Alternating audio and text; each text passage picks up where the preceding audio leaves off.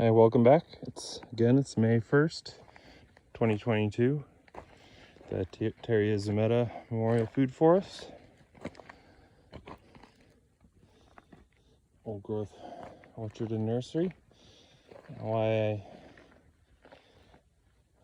chose the name Old Growth is, well, of course, these trees, which the orchard will be made of, are not old growth, but the idea of the design is that this will be able to go through a succession over a much longer period of time than I'll be around to manage it. But hopefully the design will hold up in such a way that as the younger trees and shrubs, or the shorter lived trees and shrubs, age out or get shaded out as the longer lived trees like the chestnuts, oaks, mulberries, lindens, and to some extent apples, all keep going on for past a century or more. Chestnuts can live 500 years, and so can Oregon white oaks. That they will create a canopy, a very high canopy of deciduous trees that produce food for humans as well as many other species. On the other side of the road, there are more oaks that are planted along with mulberry and walnut. A couple black walnuts. There's a bur oak in that cage. So I caged about 120 trees to ensure that at least a good portion, we'll have a good number survive, even if neighbors' cows or deer or bears decide to go on a bit of a feeding, a shopping spree. So hopefully we will have more than enough to accept at least a certain degree of animals finding habitat for themselves here. Part of the idea of not fencing in the whole property. We fenced in about an acre, which you'll see in a little bit. And so this is cherry. We just passed a black locust, another black locust. Over here is a hazelnut. Is that? No, it's a linden. That's right. It's a linden, silver linden. So the lindens are extremely good honey plants and pollinator attractors and supporters. So are black locusts and honey locusts. And the nitrogen fixating honey and black locusts, as well as red alder, which are planted more on the lower slopes where there's more water available, are nitrogen fixators to support the adjacent trees. And as they, if they become a shade issue, they will get cut back. And the proportional amount of what gets cut back above the ground, same amount of plant will die below the ground, injecting basically nitrogen-rich organic matter into the root zone of the growing fruit tree or nut tree, or whatever is growing around it, which is part of how they help establish forests. This is a buffalo berry here. Thought I had a label for that. Glad I can ID it.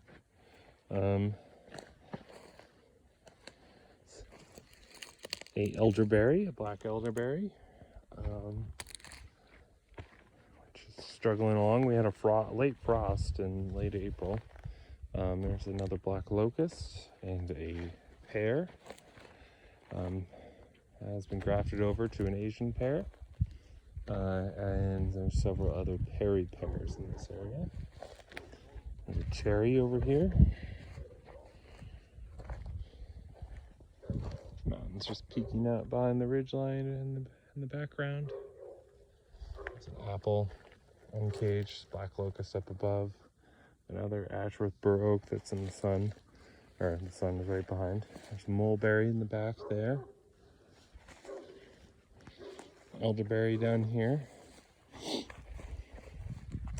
Now all these have gotten Sprayed this spring with kelp and a compost tea that I made with my own homemade compost, as well as a mix of healthy forest stuff, just a small amount, mixed into the compost tea bag for biodiversity and fungal biodiversity. There's an apple. So the apples I planted 125 apples last spring, and they came from seedlings from a apple pressing, cider pressing, in I believe it was 2019, and those seedlings got transplanted to here and spread out. So there's a pear, another buffalo berry, which is another nitrogen fixator, a plum right there. I believe that's a honey locust.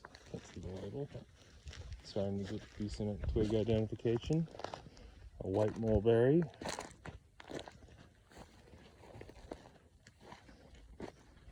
Cherry. Another cherry. Those got planted somewhat next to each other when I ran out of other things last year. This pear is taking to its graft, which is a Tylersburn Perry pear. There's another cherry. So all 28 of the cherries we planted last year took. Appears.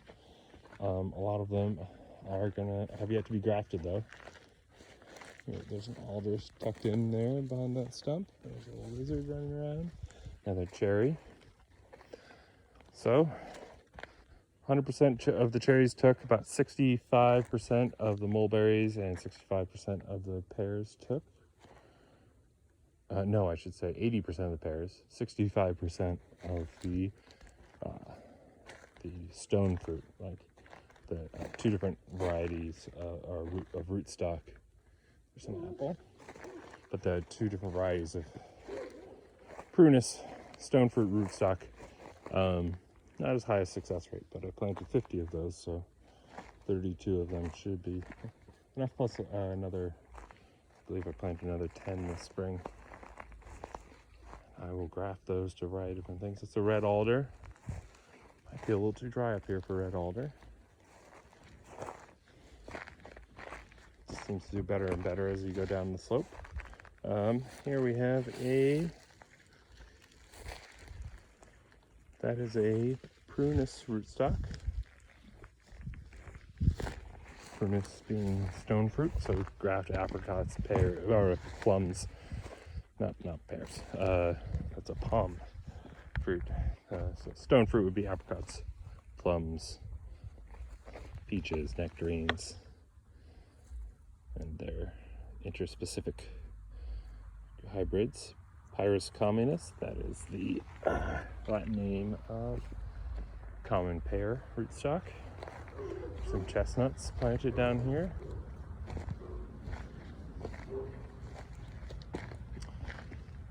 Some of the natives down here are Oregon grape, more manzanita, lots of native wildflowers that I really try to leave intact. I believe that's ocean spray in abundance on that slope.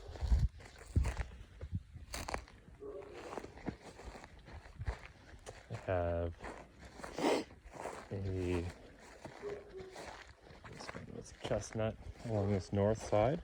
So a lot of the larger canopy trees are planted along the north side of the openings, whereas the smaller growing trees and anything on semi-dwarfing rootstock is to the south, so that you can get a kind of a stadium-like shape facing the sun, so that all the plants can get sunlight and more biodiversity. So there's a big leaf maple. There's a wetland area that could be a good pond site while improving the wetland habitat. Basically, it's the remnants of erosion after road building for logging and mining that was done over the last 200 or 150 years in this area.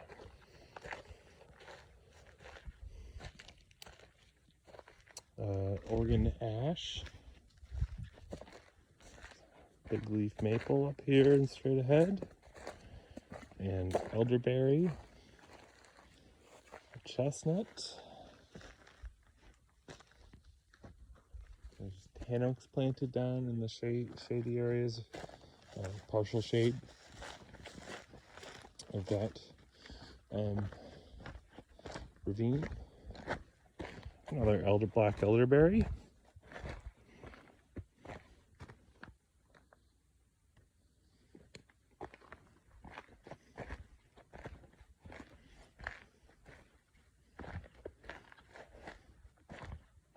So we're coming up to the house and the pond in the foreground.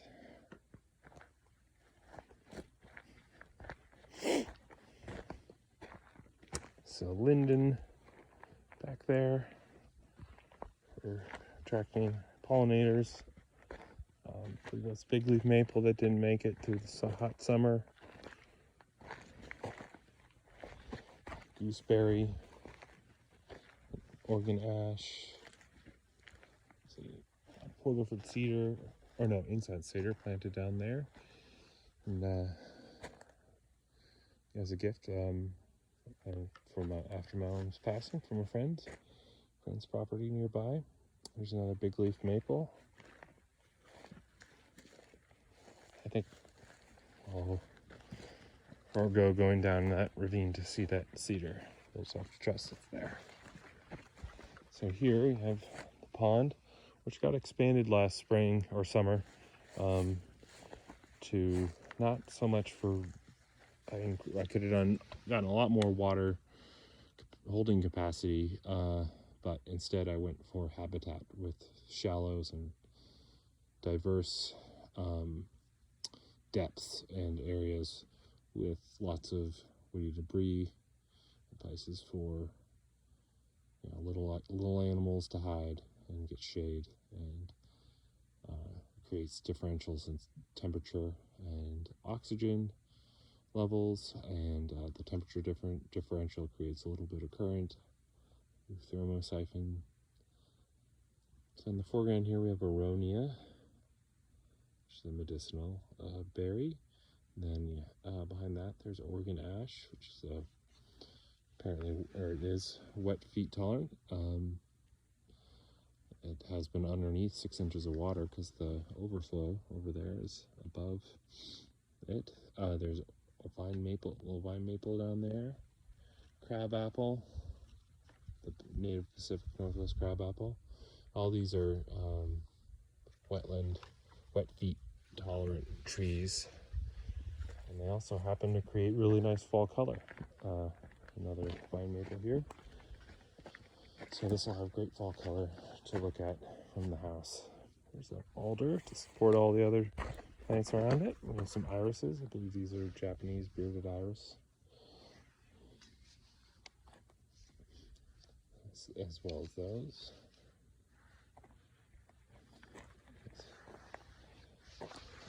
Rose, native Northwest rose, another crab apple, gooseberry, another rose, alder, big leaf maple, which has some of Mom's ashes spread around it with planting. It's actually healthier than it might look right now. It's got some very healthy little branches, but it's kind of in a cold sink, so it's coming out later than everything else. Good evening.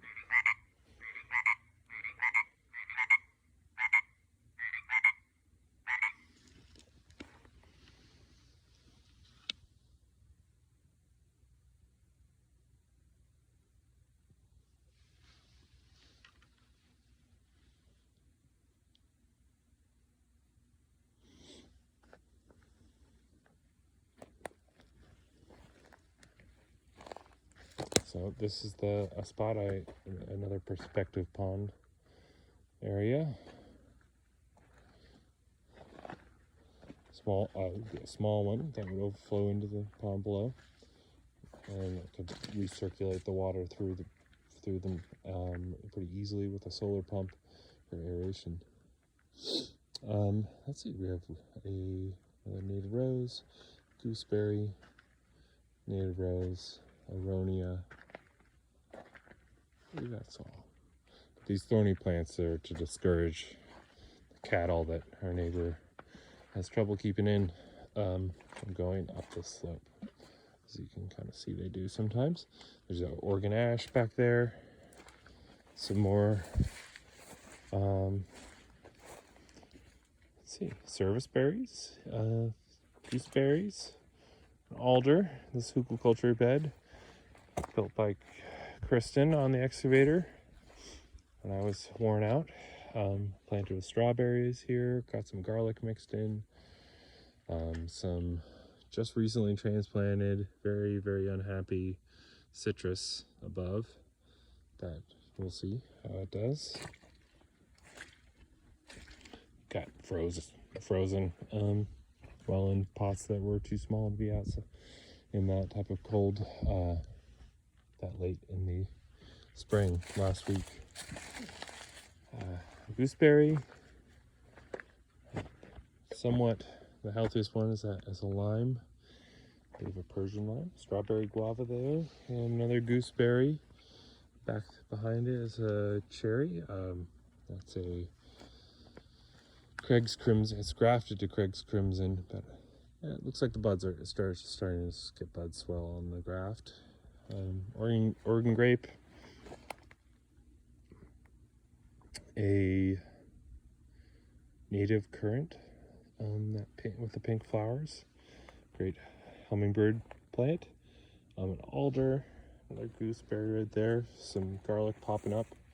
We just sprayed. We had way more garlic than we could plant in our normal spots, and we just put this in. Got in late, but we'll see how it does. And a mock orange in the back there.